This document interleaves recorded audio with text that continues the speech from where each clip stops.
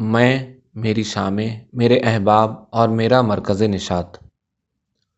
اپنے magazine track کے دفتر میں ادارتی مصروفیات کے علاوہ ملاقات کے لیے آنے والی سیاسی، سماجی اور سرکاری شخصیات کے ساتھ اکثر بے معنی طول طویل مذاکرات اور بعض اوقات ایڈورٹائزنگ کمپنیز کے عہدیداروں سے جو سرکولیشن مینیجر کے بجائے مجھ سے ملاقات ضروری سمجھتے ہیں، سر کھپانے کے بعد اپنے آفس اسٹاف سے ان کی درد سری بھی شیئر کرنی ہوتی ہے۔ سب سے مشکل مرحلہ وہ ہوتا ہے جب آنے والی شخصیات مجھ سے ملاقات کی تصویر بنوانے اور ان کی میگزین میں اشاعت پر بھی مصر ہوتی ہیں۔ خواتین کا اصرار یہ ہوتا ہے کہ ان کی تحریر، چاہے وہ کتنی ہی لایعنی شاعری یا بے سروپا کہانی پر مبنی ہو، ماں تصویر، چاہے وہ کیسی ہی ڈراؤنی کیوں نہ ہو، شائع ہونا ضروری ہے، ورنہ ان کے خیال میں ادبی دنیا ایک عظیم شہپارے اور ترستی نگاہیں ان کے حسن و جمال کی دید سراپا عید سے محروم رہ جائیں گی۔ غرض طرح طرح کی تھکا دینے والی بے ہنگم مصروفیات سے شل ہونے کے بعد مجھے شدت سے ایک گوشہ راحت کی تلاش ہوتی ہے اور میرے قدم بے اختیار اسٹار گیٹ سے ہوٹل ایئرپورٹ کی طرف بڑھنے لگتے ہیں۔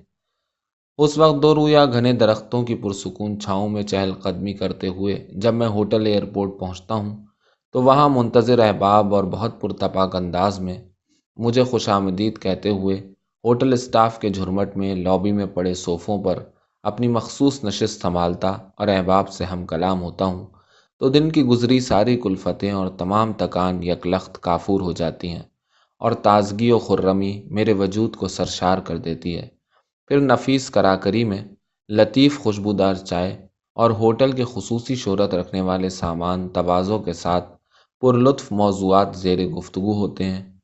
اہتمام یہ ہوتا ہے کہ گفتگو بحث کا رخ اختیار نہ کرے اور تلخ موضوعات خصوصاً وطن عزیز کی مردہ مردود سیاست ان خوشگوار لمحوں کو تلخ کام نہ کرے۔ عموماً یہاں ہونے والی گفتگو میرے لیے روح کی تازگی اور فکر کی بالیدگی کا سامان فراہم کرتی ہے،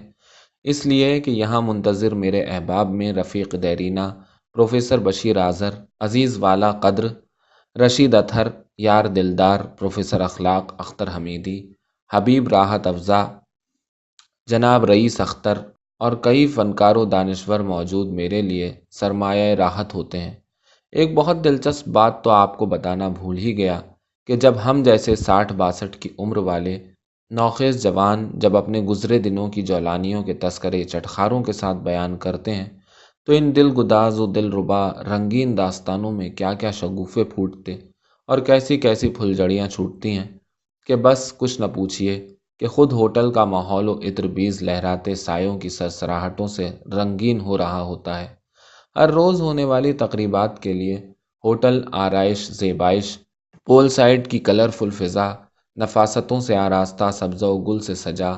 خوشبودار پھولوں کی کیاریوں سے مہکتا یہ ہوٹل ایئرپورٹ میرے لیے گوشہ عافیت ہی نہیں، میرا مرکز نشاط بھی ہے۔ دیکھیے، میں باتوں باتوں میں اپنے ان مہربان و قدردان دوستوں کا تعارف تو کرانا بھول ہی گیا جو میرے اس مرکز نشاط ہوٹل ایئرپورٹ کے حسن انتظام اور تزئین و زیبائش کے روح رواں ہیں۔ ان میں سب سے ممتاز و منفرد شخصیت تو ایگزیکٹو ڈائریکٹر سید فضل احمد صاحب کی ہے اور ان کے ماتحت عملے میں محمد یامین صاحب، محمد جمیل صاحب، طارق یوسف صدیقی، طارق جمال، آغا محمود، آفتاب عالم، آفاق حسین، قمر عباسی، وحید عباسی اور نعیم خان جیسے سرگرم کارکن شامل ہیں جو میرے لیے دیدہ دل فرش راہ کیے رکھتے اور چشم براہ رہتے اور مجھے قدر و محبت سے نوازتے ہیں، اور میں ان کا ہر محفل میں قدر و منزلت سے ذکر کرتا اور ان کی ترقی و کامرانیوں کے لیے دعا گو رہتا ہوں۔ رحمت روہیلا۔